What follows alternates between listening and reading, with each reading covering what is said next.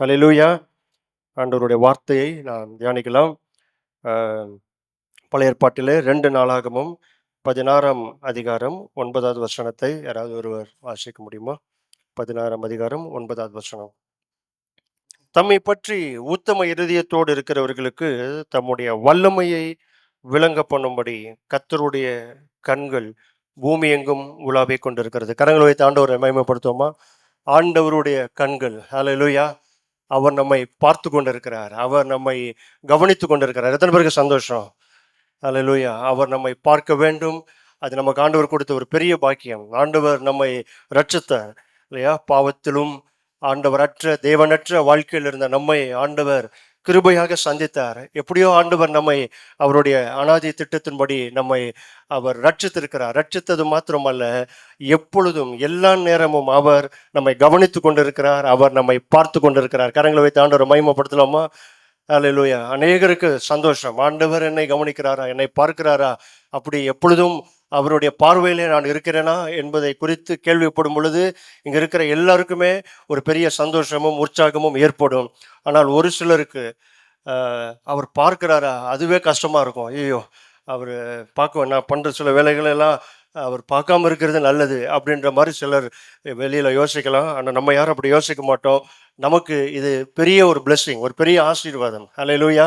அவர் எங்கேயோ இருக்கிற ஆண்டவர் அல்ல, அவர் பரலோகத்தில் இருக்கிறார் உண்மை. ஆனால் அவருடைய கண்கள் பூமி எங்கும் உலாவி கொண்டு இருக்கிறது. நம்புறீங்களா? எத்தனை பேர் நம்புறீங்க? இப்பொழுது அவர் என்னை பார்த்து கொண்டிருக்கிறார். இந்த ஆலயத்திற்கு நான் வந்திருக்கிறேன், அவர் இப்பொழுது என்னை பார்த்து கொண்டிருக்கிறார். நம்முடைய நோக்கத்தை அவர் அறிந்திருக்கிறார். என்ன நோக்கத்தோடு இந்த இடத்துல நாம் கூடி வந்திருக்கிறோம் என்பதையும் அவர் பார்க்கிறார். ஆமென். அவர் எல்லாவற்றையும் கவனிக்கிறார்.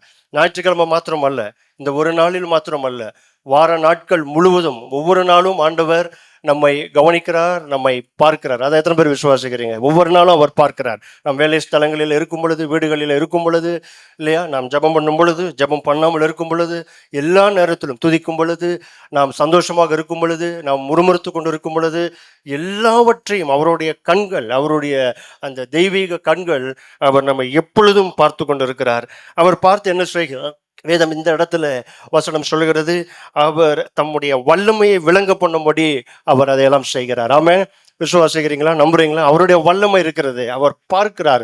சும்மா அப்படியே ஒட்டு மொத்தமாக தம்முடைய வல்லமையை நான் அப்படியே இந்த பூமிக்கு கொடுத்துட்றேன், எல்லாருக்கும் கொடுத்துட்றேன், அப்படி அல்ல. அவருடைய வல்லமையை அவர் விளங்க பண்ணுகிறார், கவனித்து அறிகிறார். நம்முடைய எல்லா அசைவையும், நம்முடைய எல்லாவற்றையும் அவர் பார்க்கிறார். எனவே நம்ம கொஞ்சம் சேஃபாக இருக்கலாம், தைரியமாக இருக்கலாம். எத்தனை பேர் விசுவாசிக்கிறீங்க? எத்தனையோ போராட்டங்கள் நம்ம வாழ்க்கையில் இருக்குது, கஷ்டங்கள் இருக்கிறது, தேவைகள் இருக்கிறது, நெருக்கங்கள் இருக்கிறது, எதிர்பார்ப்புகள் இருக்கிறது. அதன் மத்தியில் நமக்கு ஒரு ஒரு கேரண்டி, ஒரு ஒரு அஷூரன்ஸ் இருக்கு, ஒரு நம்பிக்கை இருக்கு, ஒரு விசுவாசம் இருக்கு. அவர் என்னை பார்த்து கொண்டே இருக்கிறார். ஆமென். அவர் கட்டளையிடாமல், அவருடைய கண்ட்ரோலை மீறி, அவருடைய நாலேஜுக்கு மிஞ்சி ஒன்றும் நம்முடைய வாழ்க்கையில நடைபெற போவதில்லை. எத்தனை பேர் அதை நம்புறீங்க? எனவே இப்பொழுது ஒருவேளை இந்த சூழ்நிலையிலே நீங்கள் ஒரு ஒரு யாரும் புரிந்து கொள்ள முடியாத ஒரு கடினமான சூழ்நிலையிலே நீங்கள் இருந்தாலும் நாம் விசுவாசிக்க முடியும், இந்த நிமிடத்திலும் ஆண்டவர் என்னை பார்க்கிறார். ஆமென். அவருடைய கண்கள், கர்த்தருடைய கண்களை குறித்து வேதம் ஆச்சரியமான பல காரியங்களை நமக்கு சொல்லுகிறது. ஆதியாகமம் 16ஆம் அதிகாரம் 13வது வசனத்திலே ஒரு காரியத்தை வேகமாக சுருக்கமாக ஒரே ஒரு காரியத்தை நான் சொல்லி தொடர்ந்து ஆண்டவருடைய வார்த்தையை இந்த கண்ணோட்டத்திலே நாம் இன்றைக்கு வேகமாக பார்க்க போகிறோம். 16:13 வாசியுங்கள். ஆதியாகமும் 16:13. ம் ம் ம் நீர் என்னை காண்கின்ற தேவன் என்று அவர் அவர் பெயர் வைத்தார். ஆண்டவருக்கு தேவன் என்று பெயரிட்டார். கர்த்தருக்கு, அதாவது தன்னோடு பேசின கர்த்தருக்கு அவர் பெயர் வைக்கிறார். என்ன? கர்த்தருக்கு நீர் என்னை காண்கிற தேவன் என்று பெயரிட்டாள். ஆமேன். கரங்களை வைத்து ஆண்டவரை மகிமைப்படுத்தலாமா? நீர் என்னை காண்கிற தேவன். ஆமேன். அவங்க விசுவாசத்தை பாருங்க. அவர்களுக்கு சில கஷ்டம் இருந்தது. அவர்கள் துரத்தி விடப்பட்ட அந்த சூழ்நிலை சம்பவங்கள் எல்லாம் மேலே எழுதப்பட்டிருக்கிறது. அந்த இஸ்மவேலோடு, அந்த பிள்ளையோடு அவள் துரத்தி விடப்படுகிறாள். அநியாயம் நேருகிறது, பல கடினமான சூழ்நிலை வருகிறது, தூதன் வந்து பேசுகிறார். ஆனால் அந்த கான்வர்சேஷன் மத்தியில் எல்லாவற்றையும் முடித்து அவள் இறுதியாக ஆகார் சொல்லுகிறார், நீர் என்னை காண்கிற தேவன். ஆமென். கரங்களை வைத்து ஆண்டவரை மகிமைப்படுத்தலாமா? அதனால எல்லாம் கம்ஃபர்டபுளா இருக்கும்போது மாத்திரமல்ல, எல்லாம் சரியாக இருக்கும் பொழுது, எஸ் இப்பொழுது ஆண்டவர் என்னை பார்க்கிறார். ஏனென்றால் எல்லாமே என்னுடைய வாழ்க்கையில சரியாக நடந்து கொண்டிருக்கிறது என்கிற அந்த நிலைக்கு அல்ல, அப்படி ஒரு ஆரம்ப நிலை கிறிஸ்தவ நிலையில் அல்ல நாம் விசுவாசிக்கிறோம். எல்லா நேரத்திலும் ஒரு கடினமான சூழ்நிலையிலும் நாம் அவரை சொல்ல முடியும். அவரிடத்துல ஆண்டவரை நாம் விசுவாசிக்க முடியும், சொல்ல முடியும். நீர் என்னை காண்கிற தேவன். ஆமென். அவர் நம்மை பார்த்து கொண்டிருக்கிறார். எத்தனையோ கண்கள் நம்மை பார்க்கிறது. சாத்தானும் பார்த்து கொண்டிருக்கிறான். எத்தனையோ மனித கண்கள் நம்மை பார்க்கிறது. பல ஆங்கிளில் பார்ப்பாங்க. சிலர் நல்ல நோக்கத்தோடு பார்ப்பாங்க, சிலர் வேறு சில அபிப்பிராயங்களோடு பார்ப்பார்கள். எத்தனையோ கண்கள் நம்மை ஒவ்வொரு நாளும் பார்க்கும்.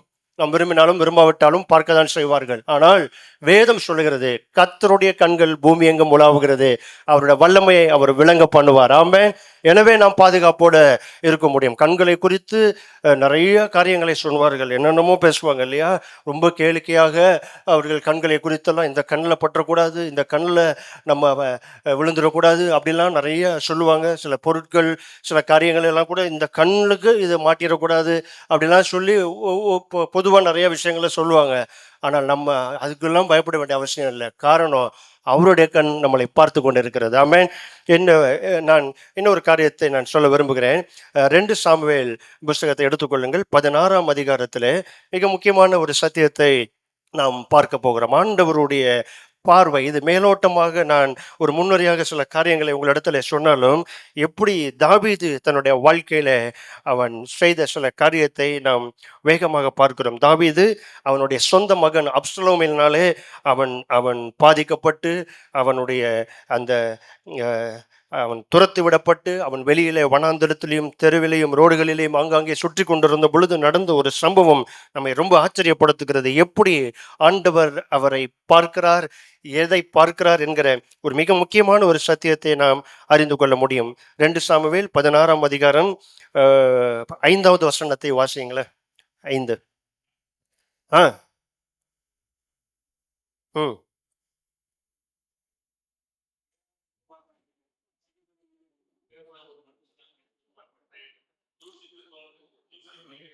பாருங்க, ஏற்கனவே தாவீது தன்னுடைய சொந்த மகன் அப்சலோமினால் துரத்தி விடப்பட்டு, அவனுக்கு பயந்து அரண்மனையை விட்டு வெளியே வந்து ஒரு கூட்டத்தோடு அவன் வந்து கொண்டிருக்கும் பொழுது, ஒரு மனிதன், சீமேயி என்னும் பேருள்ள ஒரு மனுஷன் அங்கே இருந்து புறப்பட்டு தூஷித்து கொண்டே நடந்து வந்து, சகல ஜனங்களும் சகல பலசாலிகளும் தாவீதின் வலதுபுறமாகவும் இடதுபுறமாகவும் நடக்கையில் தாவீதின் மேலும் ம் ம் ஆ ம்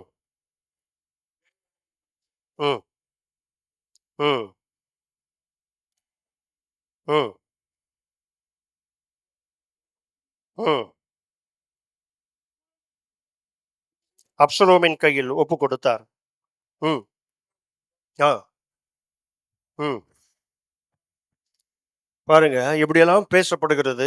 அப்பொழுது ஒரு இப்படி தாவீதுக்கு விரோதமாக பல தூஷணமான வார்த்தைகள் பேசப்படுகிறது. அவன் ஒரு ராஜா, நன்றாக மனதில் வைத்துக் கொள்ள வேண்டும், அவன் ராஜா. இதற்கு முன்பதாக சவுலின் சம்பவத்தில் நடந்த அந்த சரித்திர காரியங்கள் எல்லாம் உங்களுக்கு தெரியும். சவுல் இவனை கொல்வதற்கு எத்தனையோ முயற்சிகளை செய்த பொழுதும் அவன் தப்பித்துக் கொள்வானே தவிர, ஆண்டவரிடத்துல சரணடைந்து விடுவானே தவிர, ஒரு நாளும் சவுலை கொல்வதற்கு, சவுலுக்கு தீங்கு நினைப்பதற்கு அவன் மனதில் இடம் கொடுக்கவே இல்லை. கர்த்தர் அபிஷேகம் பண்ணினவர் என்று அவன் விட்டு கொடுத்த அந்த நல்ல பண்புகளை, அந்த நல்ல உயரிய கிறிஸ்தவ அறநெறியை நாம் கவனித்திருக்கிறோம். அது நமக்கு தெரியும். இந்த இடத்துலையும் ஒரு சாதாரண ஒரு மனிதனாக அந்த சிமை, ஒரு சாதாரண ஒரு மனுஷன், இவனுடைய ராஜரிகத்திற்கு முன்பதாக அவன் ஒன்றுமில்லை. ஆனால் இவனை அவன் பயங்கரமாக தகாத வார்த்தைகளை, மனதை புண்படுத்தக்கூடிய வார்த்தைகளை எல்லாம் சொல்லி, நீ இன்றைக்கு இப்படி தெருவில் நடந்து கொண்டிருக்கிறாய் என்றால் காரணம் நீ சவுலின் குடும்பத்தினுடைய அந்த இரத்த பழிதான் உன் மீது என்று சொல்லியெல்லாம் அபாண்டமாக பொய் சொல்லி மிகவும் வேதனைப்படுத்தக்கூடிய வார்த்தைகளை அவன் சொல்லுகிறான். அப்ப பாருங்க, கூட இருக்கிற ஒரு டீம் அவனை இப்படி என்கரேஜ் பண்றாங்க. செரியோவின் குமாரன் அபிசாய் ராஜாவை நோக்கி, அந்த செத்த நாய் ராஜாவாகிய என் ஆண்டவனை தூஷிப்பானேன், நான் போய் அவன் தலையை வாங்கி போடட்டுமே என்றான். அப்படி சொல்லி அவனை நம்ம பாஷையில் சொல்லணும்னா கொஞ்சம் இன்னும் உசுப்பேத்தி விட்டு அவனை வந்து இதெல்லாம் ஒரு விஷயம், இதெல்லாம் இவன்லாம் ஒரு மனுஷன் அப்படின்ற மாதிரி அவனை சொல்லி, நீங்கள் கூட போக வேண்டாம், உங்கள் ஸ்டேட்டஸ்க்கு, உங்களுடைய அதிகாரத்துக்கும், உங்களுடைய அந்த ராஜாவாக இருக்கிறீங்க, நீங்கள் இவ்வளோ தூரம் இறங்கி இவனுக்கெல்லாம் நீங்கள் டீல் பண்ண வேண்டாம், ஒரு வார்த்தை சொன்னால் போதும், அதை முடிச்சிடணும், அது ஒரு விஷயமே கிடையாது, அதை ஒரு பொருட்படுத்தவே வேண்டிய அவசியம் இல்லைன்ற மாதிரி சொல்கிறாங்க. ரொம்ப முக்கியம். இப்போ தான் தாவீது ஆரம்பிக்கிறார். என்ன சொல்கிறார்? 10வது வசனத்தை கவனிப்போம். ம் ம் முதல் ஸ்டேட்மெண்ட் தாவீது சொல்லுகிறார் பாருங்க, அவன் என்னை தூஷிக்கட்டும், அவன் என்னை தூஷிக்கட்டும். இது ரொம்ப ஒரு ஆச்சரியமான ஒரு காரியமா இருக்கிறது. என்ன சொல்லுகிறான்? திட்டிகிட்டே இருக்கிறாங்க ஒருத்தர், நம்மளை நடுவில் யாரோ ஒருத்தர் வந்து, என்னப்பா அநியாயமா அபாண்டமா உன்னை திட்டுறாங்க, நீ ஏதாவது ஒன்று சொல்லு அப்படின்னு சொன்னா நம்ம அமைதியாகவே இருக்கிறோம். அது ஒரு சூழ்நிலை. அப்படி இல்லை, அவங்க என்னை திட்டட்டும் அப்படின்னு யாராவது சொல்லியிருக்கீங்களா? வாய்ப்பே இல்லை அப்படின்றீங்களா? அது எப்படி? ஆனால் இவன் என்ன சொல்கிறான் அப்படின்னா, அவன் என்னை தூஷிக்கட்டும், அவன் என்னை திட்டட்டும் அப்படின்றான். தீமைக்கு பயந்து போய் அப்படி சொல்லலை. தீமையே ஒரு விஷயமே இல்லை, இப்போ தான் பார்த்தோம் முந்தின வசனத்தில். ஆனால் அவன் என்ன சொல்லுகிறான்? அவன் என்னை தூஷிக்கட்டும். அப்புறம் அடுத்த ஸ்டேட்மெண்ட் தான் இன்னும் ஆச்சரியமா இருக்கு. வாசிக்கிறீங்களா? தாவீதை தூஷிக்க வேண்டும் என்று சொன்னார். இது என்ன ஒரு புது டாக்டரினா இருக்கு? இது கொஞ்சம் யோசித்து பார்த்துருக்கீங்களா? தாவீதை தூஷிக்க வேண்டும் என்று யார் சொன்னதா? கர்த்தர் அவனுக்கு சொன்னார். ஆண்டவர் சொல்றாராம். சொல்லியிருப்பார்னு நினைக்கிறீங்களா? சொன்னாரா? எங்கேயாவது அப்படி சொன்ன மாதிரி ரெக்கார்ட் ஆயிருக்கா பைபிள்ல? தாவீது சொல்றாரு, கர்த்தர் தாவீதை தூஷிக்க வேண்டும் என்று யாருக்கு சொன்னாங்களா? அவனுக்கு. யாருக்கு? சீமேய்க்கு சொல்லியிருக்கிறார். சீமேய்கிட்ட ஆண்டவர் பேசி, நீ போய் என்னோட மகன் தாவீது ஏற்கனவே அப்சலோம் தன்னுடைய சொந்த மகனால் துரத்தி விடப்பட்டு பரிதாபமாக தெரு தெருவாக சுற்றி கொண்டிருக்கிற அவனை பார்த்து, நீ போய் இப்படியெல்லாம் வார்த்தைகளை சொல்லி, மோசமான வார்த்தைகளை பயன்படுத்தி நீ போய் என்ன செய்? திட்டு. இல்லை அப்படி திட்டு கரெக்டாக சொல்கிறா? அது அதான், நீ போய் அவனை கோபமாக வார்த்தைகளை பேசு அப்படின்னு சொல்லியிருப்பாரா? ஆனால் இவன் சொல்கிறான், தாவீது சொல்கிறான், கர்த்தர் தான் அதை சொன்னார், அவனுக்கு சொன்னார். அவனுக்கு சொன்னார், இவனுக்கு எப்படி தெரியும்? ரொம்ப ஆச்சரியமா இருக்கு, புரியாத மாதிரி இருக்கு. அப்படி சொல்லிட்டு அவன் சொல்றான், ஆகையால் ஏன் இப்படி செய்கிறாய் என்று கேட்கத்தக்கவன் யார் என்றான். ரொம்ப ஆச்சரியமான ஒரு காரியம். இப்போ உங்களுக்கு அப்படியே கொஞ்சம் இதாக இருக்கும். அவர் என்ன காண்கின்ற தேவன் ஆரம்பிச்சுங்க, இப்போ இதுக்கும் அதுக்கு என்ன சம்மந்தம் அப்படின்ற மாதிரி ஒரு சிலர் அப்படியே யோசித்து நோட்ஸ் எடுக்கிறவர்கள் அப்படி நீங்கள் என்ன பண்ணுவீங்கன்னா, ஒரு சர்க்கிள்லாம் போட்டு அப்படியே யோசிச்சுட்டு இருப்பீங்க, எப்படி கொண்டு வந்து எப்படி லிங்க் பண்ண போகிறாரு, இவர் ஏதோ கொஞ்சம் தப்பாக பேசிட்டார் போல் அப்படின்ற மாதிரி ஒரு சிலர் 1-2 பேர் அப்படி யோசிக்கலாம், ஒருவேளை யோசிக்கலாம், எனக்கு தெரியல. ஆனால் மிக முக்கியமான ஒரு சத்தியத்தை நாம் கற்றுக்கொள்ள இருக்கிறோம்.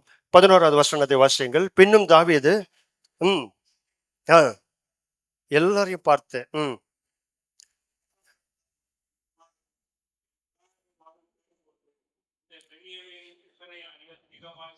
இந்த பிரச்சனையை அவன் ஹேண்டில் பண்ணுகிற விதம், இந்த சூழ்நிலையை அவன் பார்க்கிற விதம் வித்தியாசமாக இருக்கிறது. என்னுடைய சொந்த மகன் அப்சலோம் எனக்கு விரோதமாக செயல்பட்டு என்னுடைய சமாதானத்தை கெடுத்து கொண்டிருக்கிறான். இந்த பென்யமீனன் ஏமாத்திரம் அவன் திட்டட்டும், அவன் அப்படியே பேசட்டும் அப்படின்னு சொல்லிட்டு திரும்பவும் சொல்லுகிறார், என்ன? அவன் தூஷிக்கட்டும், அப்படி செய்ய கர்த்தர் அவனுக்கு கட்டளையிட்டு இருக்கிறார். கரங்களை வைத்து ஆண்டவரை மகிமைப்படுத்துவோமா? தாவீது ராஜாவை குறித்து பல காரியங்களை நாம் பேசியிருக்கிறோம், சிந்தித்திருக்கிறோம், நீங்கள் வாசித்திருப்பீர்கள். இந்த சம்பவம் கூட ஒரு சிலர் பல முறை நீங்கள் வாசித்திருக்கக்கூடும், தெரிந்த ஒரு பரிச்சயமான சம்பவமாக இருக்கலாம். ஆனால் அங்கு மிக முக்கியமான ஒரு காரியம் தாவீதால் சொல்லப்படுகிறது. பாருங்க, அந்த ஸ்ட்ரெஸ் அவன் எடுக்கல, அந்த பாவத்தை அவன் செய்யலை, அவன் எந்த வகையிலும் பதில் செய்யவில்லை. தன்னை தன்னை அனாவசியமாக அநியாயமாக சொல்லப்படுகிற வார்த்தைகள், சவுலின் குடும்பத்தினுடைய இரத்தப்பழி ஏன் தாவீதினிடத்தில் வாங்கப்பட வேண்டும்? சவுலுடைய மரணத்திற்கும் சவுலுடைய முடிவிற்கும் தாவீதினுடைய ராஜ்யபாரத்திற்கும் எந்த சம்பந்தமும் இல்லை. ஆண்டவர் அவனை தெரிந்து கொண்டார். அது ஆண்டவருக்கும் சவுலுக்கும் உள்ளது, ஆண்டவருக்கும் தாவீதுக்கும் உள்ளது. தாவீதுக்கும் சவுலுக்கும் எந்த விதமான பகையோடு இவன் எதையும் செய்யவில்லை. ஆனால் அபாண்டமாக செய்யாத குற்றத்தை திரித்து இப்படியெல்லாம் பேசி, அதுவும் மகா தகாத வார்த்தைகளெல்லாம் பேசுகிற அந்த தாவீது அதை ரொம்ப அதை ஸ்ட்ரெஸ் ஆகாம அதை வந்து ரொம்ப சொல்றான். என்ன சொல்றான்னா, அவன் தூஷிக்கட்டும் என்று சொல்லுகிறது மாத்திரமல்ல, கர்த்தர் தான் அதை அனுமதித்திருக்கிறார். ஆமென். நாம எதை சொல்வோம், நமக்கு நல்ல ஃபேவரா சாதகமா நம்ம இப்படி டிப்ரெஷன்ல இருக்கும் பொழுது நம்ம உற்சாகப்படுத்தக்கூடிய வார்த்தைகள் வந்தா நாம சொல்லுவோம், இது எனக்கு கர்த்தர் கொடுத்த வார்த்தை. ஆம், உண்மையாகவே ஆண்டவர், நாம் சோர்வில் இருக்கும் பொழுது ஆண்டவர் நமக்கு வார்த்தை கொடுப்பார், சந்தேகமே இல்லை. ஆனால் அதே சமயத்தில் இப்படி எதிர்மறையான மிக மோசமான சில காரியங்களை இப்போ இதை போய் தாவீது இது ஒரு சாட்சியாக எங்கேயாவது வெளியே சொல்ல முடியுமா? இப்படி ஒருத்தன் வந்தா என்னை போய் இந்த வார்த்தைகளெல்லாம் சொல்லி திட்டினா நம்ம வாயில கூட அதை ரிப்பீட் கூட பண்ண முடியாது. அப்படி மோசமான காரியங்கள் எல்லாம் இங்கே டீசெண்டாக எழுதப்பட்டிருக்கிறது. அந்த அந்த கண்டென்ட்டை நீங்கள் படித்து பார்த்தீங்கன்னா, நம்ம இப்போ படித்தோம், ரொம்ப மோசமான ஆக்ரோஷத்தோடு அவன் சொன்ன அந்த காரியத்தை மேலும் தன்னை ஸ்ட்ரெஸ் ஆக்கவில்லை. அவன் ரொம்ப அழகா ஆண்டவர் இதை அனுமதித்திருக்கிறார். ஆமென். இன்றைக்கு நாம் சந்தித்து கொண்டிருக்கிற பிரச்சனைகள் அது எதுவாக இருந்தாலும், சில காரியங்களை வெளியில் நாம் பேச இயலாது, சொல்ல இயலாது, சில காரியங்களை சில இடத்துல எக்ஸ்பிளைன் பண்ண கூட முடியாது. அப்படிப்பட்டு சில கடினமான மோசமான சம்பவங்களின் மத்தியில நம்முடைய நிலைப்பாடு என்ன? நாம் சொல்ல வேண்டும், ஆண்டவர் இதை அனுமதித்திருக்கிறார். அப்படி சொல்ல முடியுமா? நல்லதை சொல்லவில்லை, கெட்டது நடக்கிறது, மோசமானது நடக்கிறது, அவமானம் நடக்கிறது, தலைகுனிவு நடக்கிறது, அபாண்டமான காரியங்கள் நடக்கிறது, நமக்கு விரோதமான சூழ்ச்சிகள் நடக்கிறது, தந்திரங்கள் நடக்கிறது, இல்லையா? பயங்கரமான போட்டி நிறைந்த அந்த போட்டியிலே ஜெயிக்க வேண்டும் என்பதற்காக மிக கொடூரமான கேவலமான காரியங்கள் எல்லாம் நடக்கிறது. அதன் மத்தியிலே நாம் சொல்ல வேண்டும், சொல்ல முடிய வேண்டும், கர்த்தர் இதை அனுமதித்திருக்கிறார். ஆமென். அதை அப்படியே அந்த ஸ்ட்ரெஸ் மேலே எடுத்து இப்படிலாம் ஆயிடுச்சு, இப்படி அநியாயமா எனக்கு செய்கிறாங்களேன்னு சொல்லி சோர்ந்து போய் இன்னும் டிப்ரெஷன் ஆவது அல்ல, இன்னும் நான் மனவேதனைப்படுவது அல்ல. சில வெளியில் சொன்னால் இது எப்படிப்பா தேவ சித்தம் என்று சொல்கிறார், இதை போய் கடவுள் அனுமதித்தாய் என்று எப்படி நீ சொல்ல முடியும் என்று வெளியில் சொன்னால் சொல்லுவார்கள். ஆனால் நமக்கு ஒரு ஸ்ட்ராங் ஆன ஒரு ஒரு ஒரு தீர்மானம் நமக்கு இருக்க வேண்டும். கர்த்தர் அனுமதித்திருக்கிறார், கர்த்தர் கட்டளையிட்டு இருக்கிறார். அவர் நம்ம காதில் வந்து சொல்ல வேண்டிய அவசியம் இல்லை, நான் தான் இதை அனுமதித்தேன் என்று சொல்ல வேண்டிய அவசியம் இல்லை. நாம் புரிந்து கொள்ள வேண்டும், எது எப்படியோ இது ஆண்டவர் அனுமதித்திருக்கிறார், அவர் பார்த்து கொள்வார். ஆமென். எவ்வளவு அவமானப்பட்டாலும் சரி, அடியே வாங்கினாலும் சரி, எவ்வளவு வேதனைக்குள்ள நம்ம போனாலும் சரி, அது நம்மை பாதிக்காமல் இருக்க வேண்டும் என்றால் இந்த ஸ்டாண்டை நம்ம எடுக்கணும். பாருங்க, நான் என்னுடைய குறிப்பிற்கு நான் வருகிறேன். 12வது வசனத்தை வாசியுங்கள். 12வது, எல்லாரும் கவனிங்க அந்த 12வது வசனத்தை. ஒருவேளை கர்த்தர் என் சிறுமையை பார்த்து, கரங்களை வைத்து ஆண்டவரை மகிமைப்படுத்தலாமா? கர்த்தர் யார்? என்னை காண்கிற தேவன். கரங்களை தட்டி ஆண்டவரை மகிமைப்படுத்துவோமா? அவர் யார்? என்னை காண்கிற தேவன். தாவீது எவ்வளவு அழகாக அவர் என்ன பார்த்துக்கிட்டு தான் இருக்கிறான்னு சொல்லி ஜெனரல் ஸ்டேட்மெண்ட்டை சொல்லி அப்படியே விட்டுறல. அவர் சொல்றாரு, என்னுடைய சிறுமையை, அவர் ரொம்ப டீசெண்டான வார்த்தையை பயன்படுத்துகிறார். அதை இன்னும் சரியாக சொல்ல வேண்டும் என்றால், இங்கே நடந்த சம்பவத்தை வைத்து சொல்ல வேண்டும் என்றால், என்னுடைய இந்த அவமானத்தை அவர் பார்த்து, கரங்களை வைத்து ஆண்டவர் மகிமைப்படுத்தலாமோ? எத்தனை பேர் விசுவாசிக்கிறீங்க? குடும்பத்தில், வேலை ஸ்தலங்களில், தொழில் இடங்களில், எங்கே வேணாலும் இருக்கட்டும், எங்கே வேணாலும் இருக்கட்டும், நாம் படுகிற வேதனையை, அவமானத்தை அவர் பார்க்கிறார். எத்தனை பேர் விசுவாசிக்கிறீங்க? அவர் பார்க்கிறார். சும்மா நம்முடைய பாசிட்டிவை மட்டும் இல்லை, நம்முடைய நல்லதை மட்டும் இல்லை, அப்படியே சும்மா ஜஸ்ட் ஓகே நான் இன்னைக்கு பார்த்துட்டேன், பைபிளில் சொல்லியிருக்கு கர்த்தருடைய கண் பூமி எங்கே உலாவிட்டு இருக்கு, இன்னைக்கு நான் உன்னை பார்த்து முடிச்சிட்டேன், அப்படியா இல்லை. அவர் ஒரு நோக்கத்தோடு நம்மை பார்க்கிறார், அவர் பாதுகாப்போடு நம்மை பார்க்கிறார். அவருடைய கண்களிலே நாம் எப்பொழுதும் இருப்பது நமக்கு ஆண்டவர் கொடுத்த ஒரு பெரிய ஆசீர்வாதம். ஆமென். எத்தனை பேர் நம்புறீங்க? பாருங்க, அங்கே வேதம் சொல்லுகிறது, ஒருவேளை ஒருவேளை என்று சொல்லுகிறது, ஒரு வேளை அது அவிசுவாசம் போல அந்த ஸ்டேட்மெண்ட் அப்படி இருந்தாலும் அதில் ஒரு ஸ்ட்ராங்கான ஒரு மெசேஜ் இருக்கிறது. ஒருவேளை கர்த்தர் என் சிறுமையை பார்த்து, சேர்ந்து வாசிக்கலாமா? இந்த நாளில் அவன் நிந்தித்த நிந்தனைக்கு பதிலாக எனக்கு நன்மையை சரி கட்டுவார் என்றான். கரங்களை தட்டி ஆண்டவரை மகிமைப்படுத்தாம். அவன் நிந்தித்த நிந்தனைக்கு பதிலாக நன்மையை சரி கட்டுவார். எத்தனை பேர் விசுவாசிக்கிறீங்க? இப்போ உங்களுக்கு இப்படி ஒரு ஆசை வந்துடும், அப்போ டெய்லி என்ன ஒவ்வொருத்தரும் நிந்திக்கட்டும், டெய்லி தூஷிக்கட்டும், நம்மளே ஃபோன் பண்ணி சொல்லலாம், இன்னைக்கு கொஞ்சம் என்ன திட்டிருங்க கொஞ்ச நேரம், அப்படி சொல்லிடலாமா? அப்படி இன்னொரு எக்ஸ்ட்ரீமுக்கு நம்ம போக வேண்டிய அவசியம் இல்லை. அப்படி யாரும் நம்ம போக மாட்டோம், நம்ம சொல்லவே வேண்டாம், ஆட்டோமேட்டிக்காக லைனில் தான் நிற்பாங்க நம்ம பற்றி பேசுவதற்கு. அது நமக்கு பிரச்சனை இல்லை, நம்ம போய் சொல்ல வேண்டிய அவசியம்லாம் இல்லை. ஆனால் அப்படி ஏதோ ஒன்று குதர்க்கமாக, இன்னும் சொல்ல வேண்டும் ஏடாகூடமாக, நாம் விரும்பாத காரியங்கள் நம்முடைய வாழ்க்கையில் நடக்கும் பொழுது, தாவீது எடுத்து இந்த ஸ்டாண்டை நம்ம எடுத்தோம்னு சொன்னால் நம்ம வாழ்க்கையில் ஒரு பெரிய மாற்றத்தை நாம் பார்க்க முடியும். ஒவ்வொருவருடைய எல்லா அவமானத்தையும் எடுத்து நாம் சுமந்து கொண்டு எல்லாவற்றையும் யோசித்து இது இப்படி என்று சொல்லிவிட்டால் நம்முடைய வாழ்க்கை மிக குறுகி அதோடு போராடி அப்படியே முடிந்துவிடும். மாறாக கர்த்தர் அனுமதித்திருக்கிறார், அவர் பார்த்து கொள்வார். அதில் இன்னும் கொஞ்சம் அட்வான்ஸ்டாக போனது இந்த இந்த இந்த 12வது வசனம் ரொம்ப இல்லை, அவன் நிந்தித்த நிந்தனைன்னு சொல்கிறாங்க. ரொம்ப அழகான வார்த்தைகள் பயன்படுத்தப்படுகிறது இல்லையா? அவன் கெட்ட வார்த்தைகளை சொல்லி திட்டி இருக்கிறான். இன்னும் சரியாக சொல்ல வேண்டும் என்றால் அப்படித்தான் சொல்ல வேண்டும். ஆனால் நிந்தித்த நிந்தனைக்கு பதிலாக எனக்கு நன்மையை சரி கட்டுவார் என்றான். எத்தனை பேர் விசுவாசிக்கிறீங்க? எத்தனை பேர் நம்புறீங்க? எந்த வகையில நீங்கள் நெருக்கப்பட்டிருந்தாலும், எப்படிப்பட்ட வகையிலே நீங்கள் தோற்றே போயிருந்தாலும், அவமானப்பட்டிருந்தாலும், உங்களுக்கு துரோகங்கள் நடந்திருந்தாலும், நீங்கள் சொல்ல முடியும், சொல்ல வேண்டும், கர்த்தர் இதை அனுமதித்திருக்கிறார். அது மாத்திரமல்ல, அவர்கள் சொன்ன அத்தனை நிந்தனைக்கும் பதிலாக எனக்கு ஆண்டவர் சரி கட்டுவார், நன்மையை சரி கட்டுவார். ஆமேன். எத்தனை பேர் விசுவாசிக்கிறேன்? எத்தனை பேர் நம்புறீங்க? அதனால ஒரு தெளிவோட எத்தனை பேருக்குள்ள அந்த ஒரு தெளிவு வந்திருக்கு? எத்தனை பேர் அந்த தீர்மானங்களை எடுக்க ஆசைப்படுறீங்க? ஆமேன். ஆண்டவர் நல்லவர். நம்முடைய ஆண்டவருடைய கண்கள் பாருங்க பாருங்க. இதுல ஒரே மிக முக்கியமான குறிப்பு, மறுபடியும் சொல்லுகிறேன் அந்த வசனத்தை, கர்த்தர் என் சிறுமையை பார்த்து, என்னுடைய ஆசீர்வாதத்தை பார்த்து என்று சொல்லவில்லை. அவர் பார்ப்பார், அவர் எல்லாவற்றையும் பார்க்கிறார். ஆனால் இந்த இடத்துல தெளிவாக எழுதப்பட்டிருக்கிறது, எதை பார்க்கிறார்? சிறுமையை பார்த்து.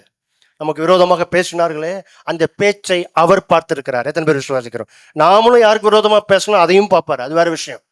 அதுவும் இருக்கு, அதுவும் இருக்கு. ஒரு ஒரு சைடு இல்லை, எல்லாத்தையும் பார்க்குறாரு. அவருடைய கண் பூமி முழுசு பார்க்குது. அதை தான் சொல்கிறேன். என்னுடைய ஃபெயிலியரை பார்ப்பாரு, சக்ஸஸை பார்ப்பாரு, நான் ஃபெய்த் விசுவாசத்தில் இருக்கிறத பார்ப்பாரு, ரொம்ப சோர்ந்து போய் இருக்கிறத பார்க்குறாரு, எல்லாவற்றையும் பார்க்கிறார். ஆனால் நாம் எடுக்கிற ஸ்டாண்ட் என்ன? அவர் தான்ப்பா கட்டளை கொடுத்துருக்கிறார். கூட இருந்தவங்களுக்கெல்லாம் குழம்பி போயிருப்பான். போயிட்டு நான் செத்த நாயின்னு சொன்னானே ஒருத்தன், சீமையை போய் நான் காலி பண்ணிட்டு வந்துடுறேன்னு சொன்னேன், அவன்லாம் கன்ஃபியூஸ்டாக இருப்பான். அவனை சாகடிக்க கூடாது, இந்த ஆளை தான் சாகடிக்கணும், கரெக்டாக தான் பேசியிருக்கிறான் போல நினைச்சிருப்பான் கூட இருக்கிறவங்களாம். ஏன்னா அவன் சொல்றான், கத்தர் அவனுக்கு கட்டளை இட்டு இருக்கிறான்லாம் சொல்றான். அங்க தியாலஜி பேசிட்டு இருக்கிறான் இல்லையா? அப்படிப்பட்ட சூழ்நிலை. ஆனா ஆண்டவர் ஆச்சரியமாக அழகாக நடத்தினார். நடந்தது என்ன? 13வது வசனத்தை நான் வாசிக்கிறேன். அப்படியே தாவீதும் அவன் மனுஷரும் வழியே நடந்து போனார்கள். சீமையும் மலையின் பக்கத்திலே அவனுக்கு எதிராக நடந்து தூஷித்து, அவனுக்கு எதிராக பேசுனது மட்டும் இல்லைங்க, அடியும் விழுந்திருக்கு. என்ன? கற்களை எரிந்து மண்ணை தூற்றிக்கொண்டே வந்தான். யாரு? சாதாரண வார்டு மெம்பருக்கு விரோதமா இல்லை, ஒரு கிங்குக்கு, ஒரு ராஜாவுக்கு விரோதமா இதெல்லாம் செய்யறான். செய்த உடனே ராஜாவும் அவனோடு இருந்த சகன ஜனங்களும் உழைத்தவர்களாய் தங்கும் இடத்திலே சேர்ந்து இளைப்பாறினார்கள். அவங்க பாட்டுக்கு வந்து ரெஸ்ட் எடுக்கிறாங்க. வெறும் வார்த்தை மாத்திரம் அல்ல, பிசிக்கல் அட்டாக்கும் நடந்திருக்கு. கற்களை எடுத்து வீசுகிறான். தாவீதுக்கு விசுவாசம், கூட இருந்த ஆட்களுக்கெல்லாம் டென்ஷனா இருந்திருக்கும். தாவீதுக்கு விசுவாசம், ஆண்டவர் பார்த்து கொள்வார். அவன் எத்தனையோ பேர் சவுலெல்லாம் பார்த்துட்டு வந்தாள், இவெல்லாம் ஒண்ணுமே இல்லை, அதெல்லாம் ஆண்டவர் பார்த்து கொள்வார் அப்படின்ற ஸ்டேட்மெண்ட் அவன் சொல்லி முடிச்சுட்டான். தாவீது தான் இதெல்லாம் சொன்னது. கூட இருந்த ஆட்கள் அவனுக்கு அப்படியே குழம்பி, அவனுக்கு ப்ரெஷர்லாம் ஏறுது. இந்த ஆட்கள் தாவீதை ஒன்றும் பண்ணாமல் இருந்திருக்கணும், பண்ணல அது வரைக்கும். அந்த அளவுக்கு கோபம், டென்ஷன் எல்லாம் இருக்கு. ஆனா அவங்க இதெல்லாம் பாருங்க, கற்களையெல்லாம் எரிந்து மண்ணையெல்லாம் தூற்றி கொண்டு, இல்லை கோவத்தில் சிலர் மண்ணெல்லாம் தூத்தி ஏதோ பேசுவாங்க, அது என்னன்னு தெரில. கோவத்தின் உச்சக்கட்டம் அப்படின்னு வெளிப்படுத்துறாங்களா ஏதோ ஒன்று. சிலர் அப்படிலாம் பண்ணுவாங்க. மண்ணே இருக்காது, அந்த மண்ணை போடுறேன் அப்படின்னு, அது தாரோட இருக்கும், மண்ணே இருக்காது. ஆனாலும் பரட்டிக்கு அவங்க கையெல்லாம் கீறி ஏதோ பண்ணுவாங்க, தெரில, அது ஏதோ ஒன்று விடுங்க. ஆனால் அதுக்கெல்லாம் அங்கே ரெஸ்பாண்ட் பண்ணிட்டு அதுக்கெல்லாம் உட்காந்து திரும்ப ஸ்டேட்மெண்ட்லாம் சொன்ன மாதிரி இல்லை. திரும்பவும் ஒரு வசனம், ஆண்டவர் இதெல்லாம் பார்த்து பதில் கொடுப்பார் அப்படிலாம் எல்லாம் சொல்லலை. ஒரு தடவை சொல்லியாச்சு, விட்டாச்சு, அவ்வளோதான். அவர் பார்த்துக்கொள்ள. அவர்கள் இளைப்பாறினார்கள். ஆமே. நான் தொடர்ந்து தாவீதை குறித்து பேசவில்லை, ஆனால் நமக்கு தெரியும் தாவீதினுடைய சரித்திரம் எப்படி முடிந்தது என்று நமக்கு தெரியும். எத்தனையோ பிரச்சனைகள் அவன் சந்திக்க நேர்ந்தாலும் அவனுடைய காரியங்கள் பாருங்க, இயேசு கிறிஸ்துவும் அவனுடைய சந்ததியில் வருகிற அந்த சரித்திர சம்பவங்களை எல்லாம் நம்ம பார்க்கிறோம். ஆண்டவர் உயர்த்தினார். ஆமேன். ஆண்டவர் கூட இருந்தார். எத்தனை பேர் விசுவாசிக்கிறீங்க? அதனால நம்பிக்கையோட எதிர்பார்ப்போடு கூட இருப்போம். இன்னொரு காரியத்தையும் நான் வேகமாக இதோடு ஒப்பிட்டு நான் சொல்ல விரும்புகிறேன். தானியேல் 3ஆம் அதிகாரத்தை எடுத்துக்கொள்ளுங்கள். தானியேல் 3:16 வசனம். இந்த சம்பவங்கள் நமக்கு தெரியும், வேகமாக நான் சொல்லுகிறேன். 16வது வசனத்தில் வாசியுங்கள். 16 வாசிங்க. 3:16.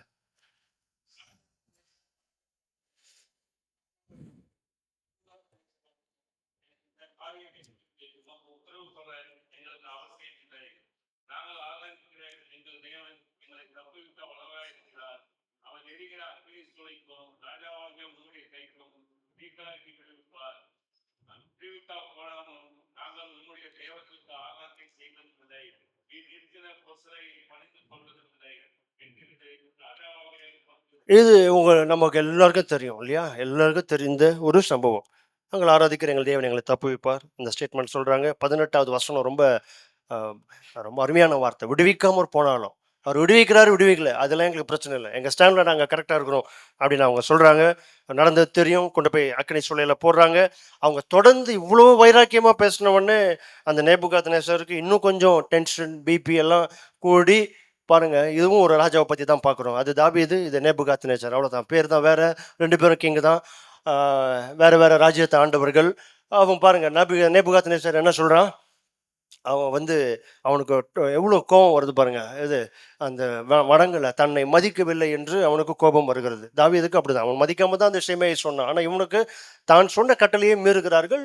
ரொம்ப இன்னும் அதுல எப்படி ஊரே இந்த 3 பேருக்கு மட்டும் என்ன பயங்கர ஈகோ வருது, கோவம் வருது. 7 மடங்கு இன்னும் அதிகரிக்க சொல்றான். இந்த கிங் கொஞ்சம் டிஃப்ரெண்டா இருக்கிறான். ஆனா நடந்தது என்ன? அவர்களை 7 மடங்கு நெருப்பை இன்னும் அதிகமா சூடாக்கி அதாவது சூளையை சாதாரணமாய் சூடாக்குவதை பார்க்கலாம். 19 கடைசி 7 மடங்கு அதிகமாய் சூடாக்கும்படி உத்தரவு கொடுத்து இல்லையா? உத்தரவு கொடுத்து அவங்களெல்லாம் தூக்கி கொண்டு போய் போடும்போது நடந்த விஷயம் தெரியும். கொண்டு போய் போட்டாங்க. இப்படி இருக்கிற நேரத்தில் 23வது வசனத்தை வாசிக்கலாமா? அக்கினி சூளை நடுவே விழுந்தார்கள். அவர்கள் 24 வாசிங்க. அப்பொழுது ராஜாவாகிய நேபுகாத்நேசர் பிரமித்து தீவிரமாக எழுந்து தன் மந்திரிமார்களை நோக்கி 3 புருஷர் அளவோ கட்டுண்டவர்களாக அக்கினிகளை போடுவித்தோம் என்றார். அவங்க பாருங்க உட்காந்து ஆமா அப்படின்னு question and answer quiz competition நடத்துகிற மாதிரி அவரை 3 தானே போட்டோம், ஆமாம் 3 தான் அப்படின்ற மாதிரி உட்காந்து அந்த இடத்துல உட்காந்து இவர் கொஸ்டின் கேட்க, நேபுகாத்நேசர் கொஸ்டின் கேட்க, நல்ல மந்திரி நல்ல ராஜா உட்காந்து கேள்வி கேட்டு இப்போ உட்காந்து பதிலாம் சொல்லிட்டு இருக்கிறாங்க. 25வது வசனம். அதற்கு அவன் இதோ 4 பேர் விடுதலையாக உலாவுகிறதை, அக்கினியிலே நடுவிலே உலாவுகிறதை. அது விடுதலை, அந்த வார்த்தை ரொம்ப முக்கியம். எங்க அக்கினிக்குள்ள எப்படி உலாவுறாங்களா? விடுதலையாக. கரங்களை தாண்டவரை மகிமைப்படுத்தலாமா? விடுதலையாக உலாவுகிறதை காண்கிறேன். மந்திரிமார்களுக்கெல்லாம் தெரியல. இந்த நேபுகாத்நேசர் கண்ணுக்கு மட்டும் தான் தெரியுது. என்ன தெரியுது? 3 பேரை போட்டோம். ஆனா இப்ப எத்தனை பேரு? 4 பேரு. பைபிள்ல பாத்தீங்கன்னா இந்த மேக்ஸ் நம்ம ஸ்கூல்ல படிக்கும் போது இருந்த அதே பிரச்சனை தான் பைபிள்லயும் இருக்குன்னு நினைக்கிறேன். எப்பவுமே கால்குலேஷன் வித்தியாசமா இருக்கும். அடிஷனா இருக்கட்டும், சப்ட்ராக்ஷனா இருக்கட்டும், மல்டிப்ளிகேஷனா இருக்கட்டும், பயங்கரம் குழப்பமா இருக்கும். நார்மல் மேக்ஸே நம்ம கஷ்டம் சில நேரத்தில். ஒரு சிலருக்கு நிறைய பேர் அதில் சென்டம்லாம் எடுப்பீங்க. ஆனால் அந்த பைபிள் மேக்ஸ் பார்த்தீங்கன்னா 3 பேரை போட்டால் இவனுக்கு எப்படி இருக்கு? நேபுகாத்நேசருக்கு எத்தனை பேரை தெரியுறாங்க? 4 பேரை தெரியுறாங்க. அதில் என்னென்னா எல்லாருக்கும் தெரிஞ்சிருந்தா பரவாயில்ல, 4 பேர். இவனுக்கு மட்டும் தான் தெரியுது. அவங்க மற்ற மந்திரிமார்களுக்கெல்லாம் தெரியல. அவன் பாட்டு பார்த்துட்டு இருக்கான். அவனுக்கு ஒன்றும் புரியல. இந்த உத்தரவு கொடுத்த ஆளுக்கு மட்டும்தான் எத்தனையோ தெரியுது. 3 எத்தனையோ தெரியுது? 4 பேருக்கு தெரியுது. பாருங்க, ஒவ்வொன்றும் ஒரு ஆன்சர் வித்தியாசமா இருக்கு. இவன் நம்பர்ஸ்ல ஏற்கனவே பிரச்சனை. அப்பதான் போட்டோம். அதை கூட அவனுக்கு கிளாரிஃபை பண்றான். எத்தனை பேர் போட்டோம்? 3 பேர் தானே? ஆமா. இப்போ கூட சில தலையாட்டுறீங்க. ஆமாண்டா, ஆமா கரெக்ட். அதே மாதிரி தானே போகாது. அப்படி கேட்டு கன்ஃபார்ம் பண்ணிட்டு, அப்படி கன்ஃபார்ம் பண்ற ஆளுக்கு இப்போ இன்னும் பாருங்க, இப்போ அவனுக்கு டென்ஷன் ஆகும். இப்பதானே சொன்னேன், நான் கேட்டேனே, எனக்கு தான் வயசாயிடுச்சு, பரவாயில்ல, நான் தான் கேட்டேனே 3ன்னு சொன்னேன். இப்போ எல்லாரும் 3ன்னு தானே சொன்னீங்க. அப்புறம் எங்க 4 இருக்கு. அவன் சொல்லுவான், ஆமா இப்பவும் சொல்றோம் 3 தான். ஏன்னா இவன் கண்ணுக்கு அது 4ஆ தெரியாது. ஒரு குழப்பமான கன்ஃபியூஸ் ஸ்டேஜ். சரி, என் பாயிண்ட் அது இல்லை. நம்ம விஷயத்துக்கு வருவோம். என்ன அடுத்தது? அந்த வசனத்தின் தொடர்ச்சி வாசிங்க. சாரி, 25வது வசனத்திலேயே அந்த அந்த வசனத்தை நான் வாசிக்கிறேன். இதோ 4 பேர் விடுதலையாய் அக்கினியின் நடுவில் உலாவுகிறதை காண்கிறேன். கரங்களை வைத்து ஆண்டவரை மகிமைப்படுத்தலாமா? நீர் என்னை காண்கிற தேவன் என்று நாம் சொன்னோம். சில நேரங்களில் அவர் பார்க்கிறது மாத்திரம் அல்ல, நம்முடைய சத்துரு நம்மோடு கூட ஆண்டவர் இருக்கிறதை சத்துரு பார்க்கும்படி செய்வார். கரங்களை வைத்து ஆண்டவர் மகிமைப்படுத்தலாமா? எத்தனை பேர் விசுவாசிக்கிறேன்? அவர் மட்டுமே பார்த்துட்டு இருக்கிறாருப்பா, அதுதான் தெரிஞ்ச விஷயம் தானே அப்படின்ற மாதிரி இருக்கும். ஆமா, அவர் பார்த்துட்டு தான் இருக்கிறாரு. சிலர் அதை அந்த முறுமுறுப்பட்டோம்லேயே சொல்லுவார், பார்த்துட்டே இருக்கிறாரு, ஆனால் ஒன்றுமே என்ன செய்ய மாட்டேங்குது. 25வது வருஷம் அப்படி இப்படி நாங்கள் 9 மாதம் முடிய போகுது, 10வது மாதமும் வரப்போகுது, அவ்வளோதான். இப்போ இன்னும் இதுக்கப்புறம் நீங்கள் 25 விட்டுருவீங்க. இப்போ அடுத்தது 26 சொல்ல ஆரம்பிச்சிருவீங்க. ஏன் கஷ்டப்பட்டு என்ன செய்ய மாட்டேங்குது, போக மாட்டேங்குது அப்படின்னு ஒரு சிலர் கொஞ்சம் அப்படியே ஒரு மாதிரி இருக்கலாம். ஏன் தேவையில்லை மட்டும் இன்னும் நான் நினச்ச மாதிரி ரிசல்ட்ஸ் இல்லை அப்படிலாம் நம்ம யோசிக்க தோணும். ஆனால் இங்கே பாருங்க, உலாவுகிறதை காண்கிறேன். ஆண்டவர் பார்க்கல, இங்கே ஆண்டவர் சீன்லேயே வரல. ஆனால் நம்முடைய சத்துரு அதை பார்க்கும்படி செய்வார். எத்தனை பேர் விசுவாசிக்கிறீங்க? நம்ம ஒன்றுன்றது ஒரு சிலருக்கு தெரியும், நம்ம ஒரே ஆள், தனி ஆள். ஆனால் நம்ம கூட ஆண்டவர் இருக்கிறார் என்பதை யாருக்கு புரிய வைக்கணுமோ அவருக்கு புரிய வைப்பார் ஆண்டவர். நாம விசுவாசிக்கணும்.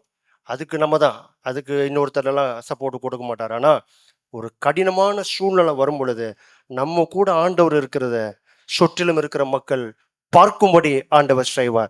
அது நேபுகாத் நேசரா இருந்தாலுமே அவரே பார்க்கும்படி ஆண்டவர் செய்வார். அவர் பார்க்கும்படி மட்டும் இல்லை, அவர்கள் குழம்பும்படியும் செய்வார். ஏன்னா கூட இருக்கிற மத்த ஆளுக்கு தெரியல. 3 நான் 4 அவன் 3 போட்டது 3 4 அது யாரு அப்படின்லாம் சொல்றான். ஆனால் அவனுக்கு அதுலேயும் ஒரு வெளிப்பாடோட ஆன்சர் பண்றான். அது தேவபுத்திரர் மாதிரி தேவ சாயல்ல இருக்குதுன்ற மாதிரி சொல்றான். அவனுக்கு பாருங்க ஏகப்பட்ட கன்ஃபியூஷன் அவனுக்கு. இவங்க பாட்டுக்கு ஜாலியாக ரிட்ரீட் போற மாதிரி எங்க அக்னியில அவங்க உலாவிட்டு இருக்கிறதெல்லாம் நம்ம பார்க்கிறோம். அந்த வசனத்தை தொடர்ந்து இப்ப வாசிங்க. அவர்களுக்கு ஒரு சேதமும் இல்லை, 4ஆம் ஆளின் சாயல். ம் ம் ம் அவருக்கு பேர் எழுதி கொடுத்துருப்பாங்கன்னு நினைக்கிறேன். இப்போ இப்போ கவுண்ட் எல்லாம் விட்டாரு. நமக்கு எதுக்கு வம்பு? இன்னைக்கு எழுதி கொடுக்குற மாதிரி அன்னைக்கும் எழுதி கொடுத்துருப்பாங்கன்னு நினைக்கிறேன்.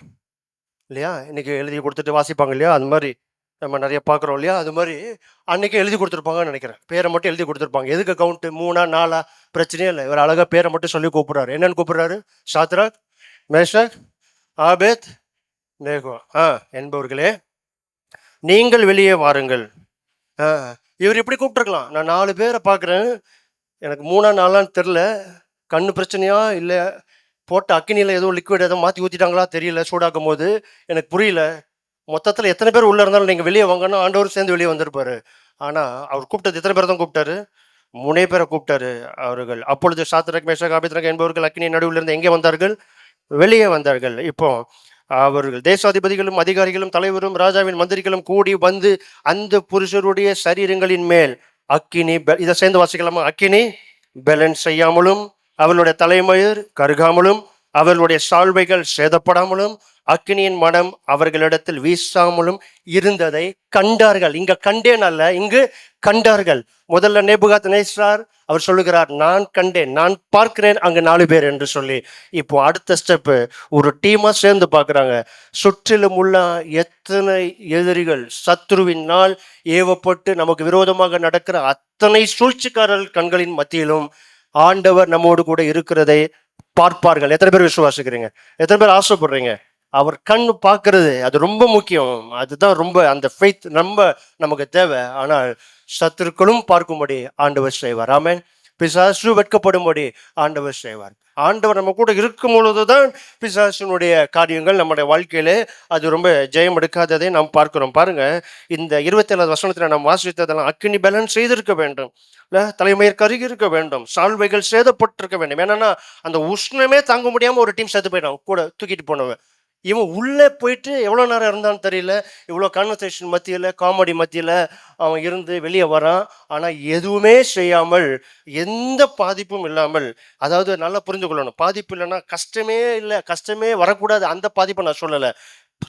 பிரச்சனையின் மத்தியில் தான் உபத்திரவம், பசி, தாகம், கஷ்டம், வேதனை, அவமானம், நிந்தை எல்லாம் இருந்தது. ஆனால் அது ஒன்றும் இவர்களை பாதிக்காதபடி ஆண்டவர் பார்த்து கொண்டார். ஆமாம். எத்தனை பேர் விசுவாசிக்கிறீங்க?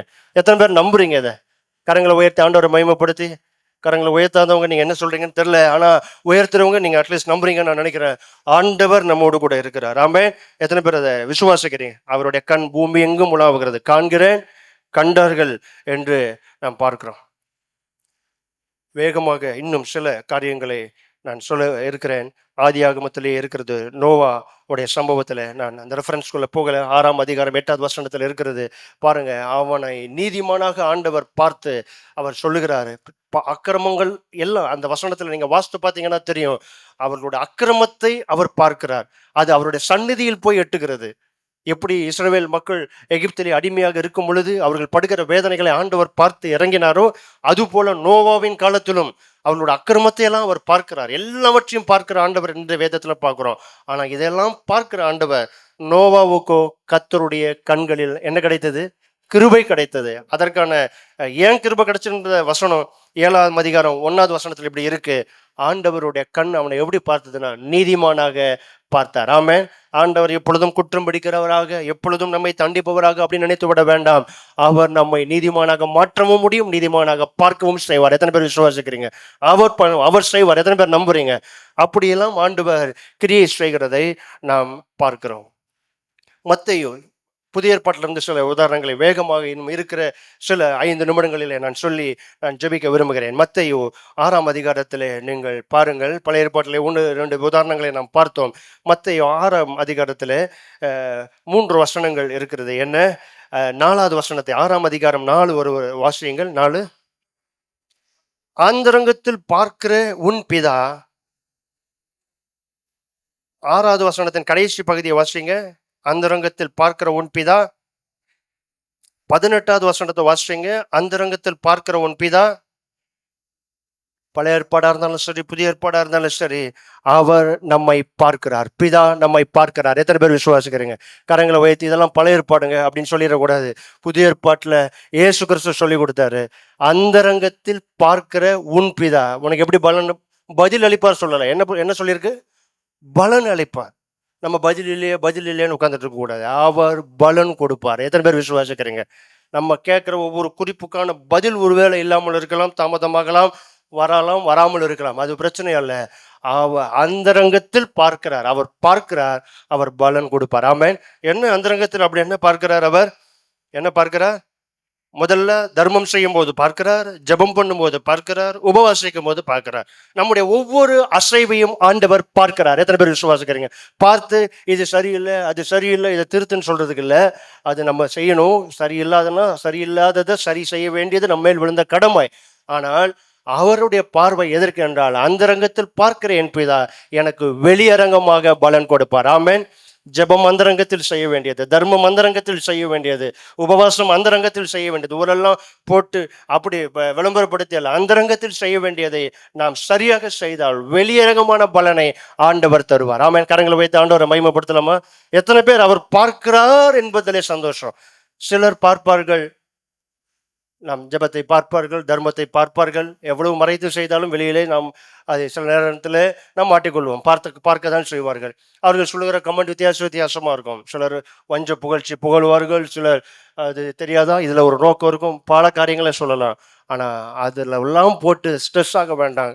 அவன் எப்படி யாராவது உங்களை இடகுடமாக இப்படிலாம் பண்ணும் பொழுது பேசுனாங்கன்னா தாவீதுக்கு போயிடணும். கர்த்தர் இதை அவன் பேசும்படி இதை என்ன செய்திருக்கிறார்? அவன் ஏன் அப்படி பேசினான்? 1, 2, 3 அது நமக்கு வேண்டாம். இவன் இப்படி பேசும்படி அவர் என்ன செய்திருக்கிறார்? அனுமதித்திருக்கிறார். எனவே பேசுகிறான். அவர் அனுமதி கொடுக்கலன்னா இவன் பேச முடியாது. அவன் எப்படியோ ஆண்டவர் தெரிஞ்சோ தெரியாமலோ அவனுக்கு பெர்மிஷன் கொடுத்து நமக்கு விரோதமா பேச வைக்கிறாரு. பேசட்டும், அது நல்லது. இவன் பேசின அத்தனை வார்த்தைகளையும் நன்மையாக மாற்றுகிற ஆண்டவர் நமக்கு இருக்கிறார். ஆமென். எத்தனை பேர் நம்புறீங்க? பாருங்க, அதை தான் பைபிள்ல நம்ம பார்க்கிறோம். பலன் அளிக்கிற ஆண்டவர். உபவாசம் பண்ணும்போது பார்க்கிறாரா? பார்க்கிறாரு. எல்லாத்தையும் பார்க்கிறார். எத்தனை பேர் அதை நம்புறீங்க? எல்லாம் நல்லது கெட்டது அவ்வளோ 24 மணி நேரமும் எந்த கேமராவும் அப்படி உட்காந்து 24 ஹவர்ஸும். என்ன ஏஐ எல்லாம் வந்திருக்கு இல்லை? அதுலேயுமே இப்போ ஏஐயும் அவுடேட்டடுன்றான். அப்போ என்னென்னமோ இருக்குது இல்லையா? சூப்பர் இது ஏஐ எல்லாம் கொண்டு வந்துட்டாங்கன்றாங்க. என்னென்னமோ இருக்குது. எல்லாத்துக்கிட்டேருந்து நம்ம தப்பிக்கலாம். ஏன்னா அதுக்கெல்லாம் கோடிங் எழுதுறது மனுஷன்தான். ஆனால் அந்தரங்கத்தில் பார்க்கிற பிதா வெளியரங்கமாக பலன் அளிப்பார். எத்தனை பேர் விசுவாசிக்கிறீங்க? நோக்கம் தெரியும். இப்போ என்ன நினைச்சிட்டு இருக்கீங்க எனக்கு தெரியாது. ஓரளவுக்கு கெஸ் பண்ணலாம். மிஞ்சி போனால் இப்போ என்ன நினைப்போம்? அடுத்து கறியை வாங்கணும், வீட்டுக்கு போகணும், இட்லி சாப்பிடணும், சிலர் ஃபாஸ்டிங் இருக்கலாம். எப்படியோ ஓரளவுக்கு கெஸ் பண்ணி சொல்லலாம். ஆனால் துல்லியமாக இப்போ இந்த நிமிஷத்தில் எதை நினைத்து கொண்டு அல்லேலூயா சொல்கிறோம் என்கிறதையும் ஆண்டவர் என்ன செய்கிறார்? பார்க்கிறார். எத்தனை பேர் விசுவாசிக்கிறீங்க? இப்போ கொஞ்சம் பேர் தான் விசுவாசிக்கிறீங்க. சரி, எனக்கு தெரியல. ஆனால் எல்லாவற்றையும் அவர் பார்க்கிறார். சர்ச்சுக்கு வரதை மட்டும் பார்க்கல, இங்கே உட்காந்துக்கிட்டு என்னென்ன பண்ணுறோம் அதையும் அவர் பார்க்கிறார். நம்புறீங்களா? இங்கேயும் பார்க்குறாரு, எல்லாரையும் பார்க்குறாரு. சின்ன பிள்ளைங்களாம் பார்க்குறாரு, பெரியவங்கள பார்க்குறாரு, எல்லா ஏஜையும் பார்க்குறாரு, எல்லா குரூப்பையும் பார்க்குறாரு, எல்லாரையுமே பார்க்குறாரு. திரும்ப திரும்ப எல்லாருன்றீங்க. ஒரு தடவை சொன்னால் போதாதா அப்படின்னு உங்களுக்கு கொஞ்சம் இரிட்டேட் ஆகிற அளவுக்கு தான் நான் இப்போ பேசிகிட்டு இருக்கிறேன். ஏன் அப்படின்னா, இன்னொன்று சொல்கிறேன். எந்த அளவுக்கு பார்க்குறாரு அப்படின்னா உங்களுக்கே ஆச்சரியமாக இருக்கும்.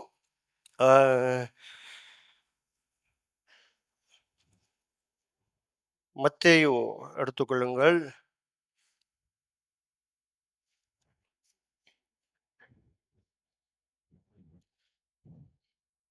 ஒரு வசனத்தை வாசிக்கிறேன், கவனிங்க. ஆண்டவர்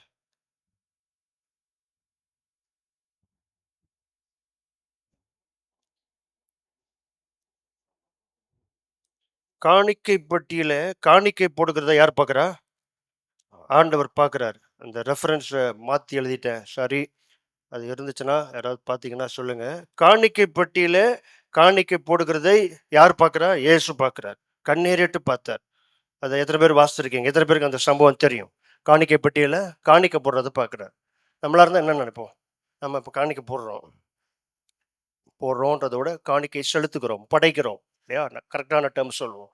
அப்படி செய்யும் பொழுது பக்கத்தில் ஒருத்தர் இப்படியே பார்க்குறாருன்னு வச்சுக்கணும். அப்படி யாரையும் பார்க்க மாட்டாங்க, சும்மா சொல்கிறேன். நம்ம என்ன நினைப்போம்? என்ன நினைப்போம்? என்ன பரிசுத்த ஸ்தலத்தில் இருந்தாலும் நம்ம மனசில் என்ன நினைப்பு மனசுக்குள்ளே வரும்? வெளியே சொல்லனாலும் என்ன வரும்? உங்களுக்குலாம் ஒன்றுமே வராதா? நாங்கள்லாம் எவனையும் இந்த பிரச்சனையே வேண்டாம் தான் நாங்கள் கண்ணை மூட்டு போயிடுறோம். எவனா பார்த்துட்டு போட்டு பார்க்காம போட்டோம், பிரச்சனை இல்லை அப்படின்றீங்களா? எனக்கு தெரில. ஆனால் ஒரு மாதிரி ஏன்னா ஒரு இன்டீசன்ட் பிஹேவியர். காணிக்க போடுறத போய் பார்க்குறாருன்னா இது அவங்களுக்கும் ஆண்டவருக்கும் உள்ளது. கம்மியாக போடலாம், அதிகமாக போடலாம், வாட் எவர், அது பர்சனல். அது அவங்கவுங்க ஆண்டவரோடு உள்ள அன்புல, தியாகத்தில், உண்மையில், சந்தோஷத்தில் அவங்க கொடுக்கறது காணிக்கை. ரொம்ப பெரிய பிளெஸிங் அது இல்லையா? இதை போய் ஏறிட்டு பார்க்குறாரு இவர். அப்போ இவரும் காணிக்கைக்காகவா அப்படின்னு நினைக்கிற மாதிரி தோணும். ஆனால் சொல்லிட்டு ஒரு ஸ்டேட்மெண்ட் சொல்கிறார் இந்த வசனத்தில். லூக்கால வரும்னு நினைக்கிறேன். 18 சாரி 10 மார்க். தேங்க்யூ. மார்க் 12 பாத்திரம் எடுத்துடுறீங்களா? தேங்க்யூ. 12:40 அப்படியா?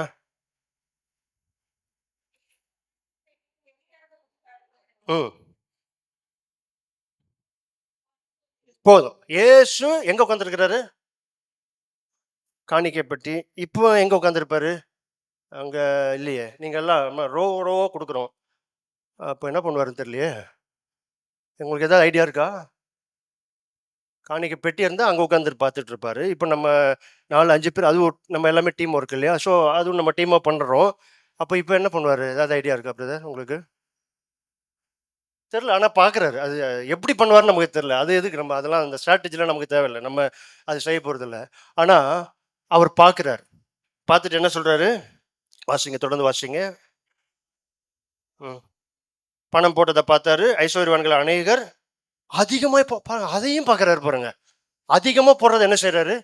பார்க்குறாரு. ஐயோ, என்ன இது மாதிரிலாம் சொல்கிறீங்க, பயமாக இருக்கு அப்படின்றீங்களா?